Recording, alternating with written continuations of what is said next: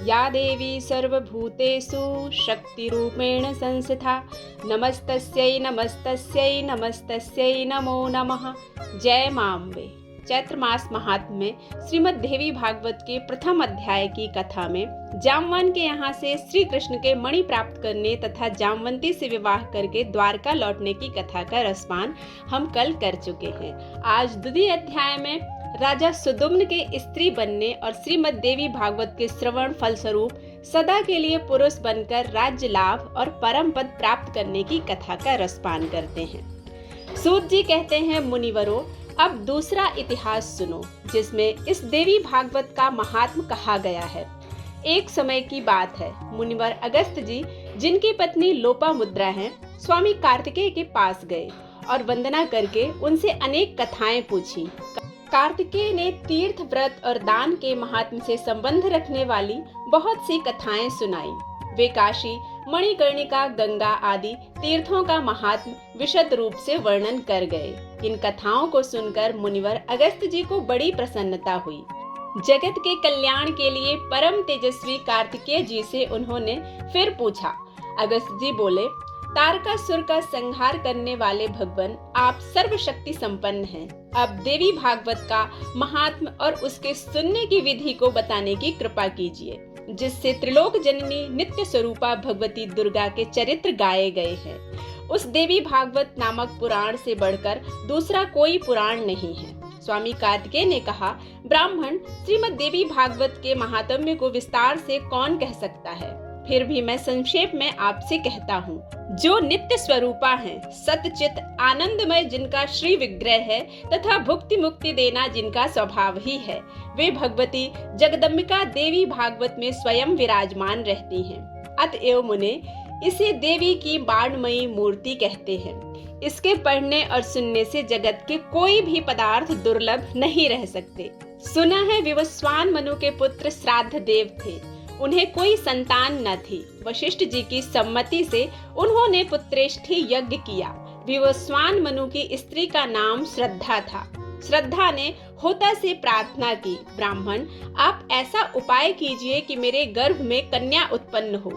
तब होता मन ही मन कन्या उत्पन्न हो यो संकल्प करते हुए हवन करने लगे। इस विपरीत भावना के फलस्वरूप इला नाम की कन्या उत्पन्न हुई। राजा विवस्वान कन्या को देखकर उदास हो गए। उन्होंने गुरुदेव से पूछा, यहाँ आपका संकल्प उल्टा फल देने वाला कैसे हो गया? राजा की बात सुनकर मुनिवर वशिष्ठ ध्यानस्थ हो गए। उन्हें मालूम हो गया कि होता इस व्यतिक्रम के कारण है। तब इला को पुरुष बनाने के लिए मुनि ने भगवान श्री हरि की शरण ली। मुनि के तप एवं भगवान के अनुग्रह से वह इला सबके देखते ही पुरुष रूप में परिणित हो गई। उस समय गुरुदेव ने संस्कार करके इला का नाम सुदुम्न रखा। वे मनुपुत्र सुदुम्न ऐसे प्रकांड विद्वान हुए मानो विद्या के अथाह सागर हों। कुछ समय के बाद जब सुदुम्न युवा हुए तब वे घोड़े पर चढ़कर शिकार खेलने के लिए जंगल में चले गए।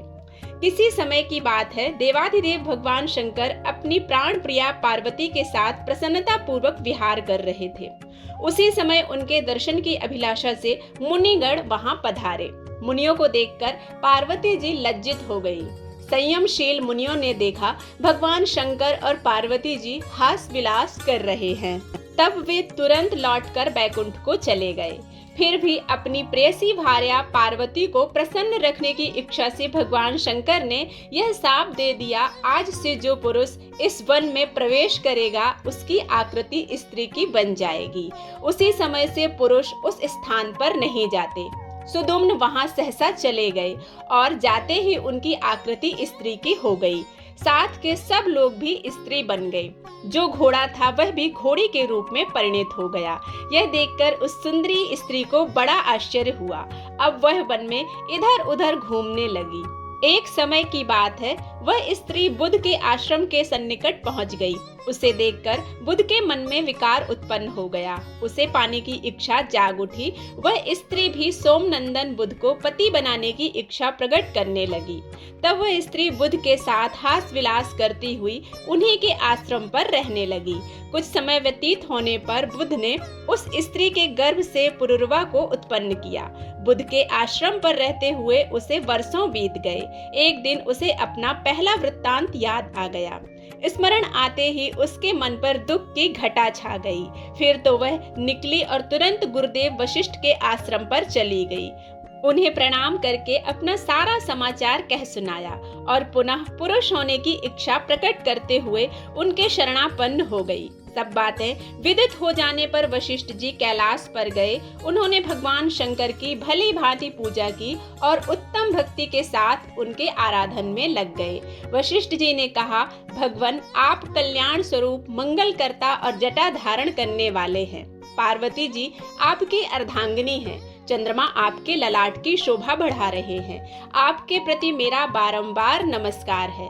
सुख प्रदान करने वाले कैलाशवासी भगवान शंकर आपको नमस्कार है। आप भक्तों को भुक्ति और मुक्ति देने वाले भगवान नीलकंठ हैं, जो कल्याणमय विग्रह हैं। शरणागतों का भय दूर करना जिनका स्वभाव ही बन गया है। वृषभ जिनका वाहन है और शरण देने में जो बड़े कुशल है, उन परम प्रभु शिव को मेरा नमस्कार है, जो सृष्टि, स्थिति और संहार के समय ब्रह्मा, विष्णु और रुद्र रूप धारण किया करते हैं, जो वर देने में सदा तत्पर रहते हैं। उन देवाधिदेव त्रिपुरांतक भगवान श्री शंकर को मेरा नमस्कार है।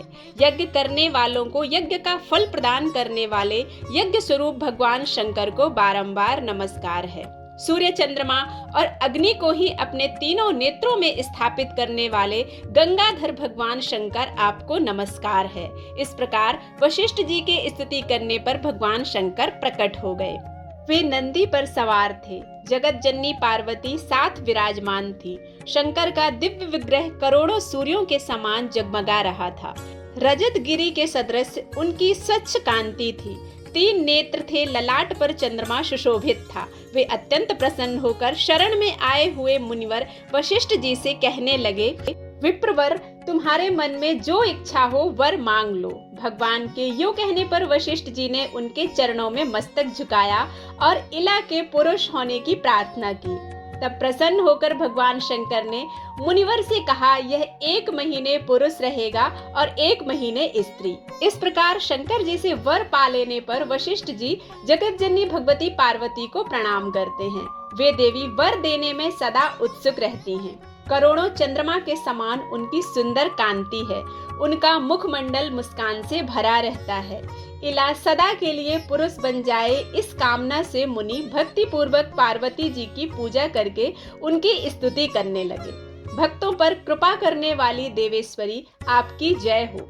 अखिल देवताओं से सुपूजित होने वाली देवी आपकी जय हो। अनंत गुणों की आश्रय भूता देवी आपकी जय हो। शरणागतों पर अनुग्रह करने वाली देवेश्वरी आपको बारंबार नमस्कार है।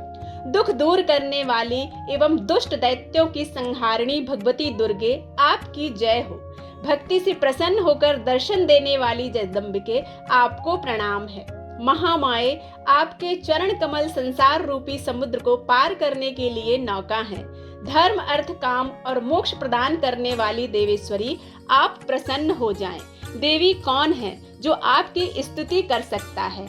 मैं केवल आपको प्रणाम कर रहा हूँ। भगवती दुर्गा साक्षात नारायणी हैं। वशिष्ठ जी के यूं भक्ति पूर्वक स्तुति करने पर वे तुरंत प्रसन्न हो गई। तदंतर शरणागतों का दुख दूर करने वाली उन महादेवी ने मुनि से कहा, तुम सुदुम्न के घर जाकर भक्ति भाव से मेरी आराधना करो।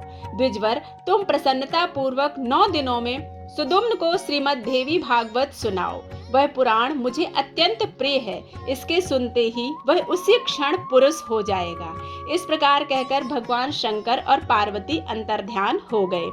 अब वशिष्ठ जी उस दिशा को प्रणाम करके अपने आश्रम पर चले गए।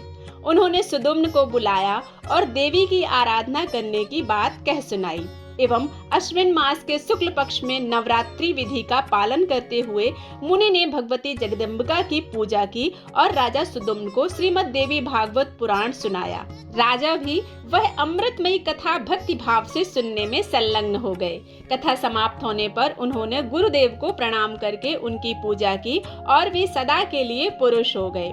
तब मुनिवर वशिष्ठ ने सुदुम्न को राज्य पर अभिषिक्त किया। सुदुम्न प्रजाजन को प्रसन्न रखते हुए भूमंडल पर राज्य करने लगे। उन्होंने भली भांति के यज्ञ, जिनमें प्रचुर दक्षिणा दी जाती है, करके देवी की पूजा की। फिर पुत्रों को राज्य सौंपकर स्वयं भगवती के परम धाम को चले गए। विप्रो, मैं विशद रूप से यह इतिहास कह चुका हूँ। जो मनुष्य परम अमृत स्वरूप इस प्रसंग को प्रेम पूर्वक पढ़ता अथवा सुनता है, संसार में भगवती की कृपा से उसके सभी मनोरथ पूर्ण हो जाते हैं और अंत में वह भगवती के परम धाम को चला जाता है। चैत्र मास महात्म्य में श्रीमद् देवी भागवत कथा का द्वितीय अध्याय समाप्त होता है। तृतीय अध्याय में माँ भगवती की लीलाओं और कथाओं का श्रवण करने के लिए, रसास्वादन करने के लिए हम कल आपके समक्ष उपस्थित होते हैं। आशा करती हूँ यह वीडियो आपको पसंद आया होगा। अगर पसंद आता है तो आप इसे लाइक करें, शेयर करें और सब्सक्राइब करना बिल्कुल ना भूलें। मिलते हैं नई कथा के साथ, तब तक के लिए जय मां अम्बे।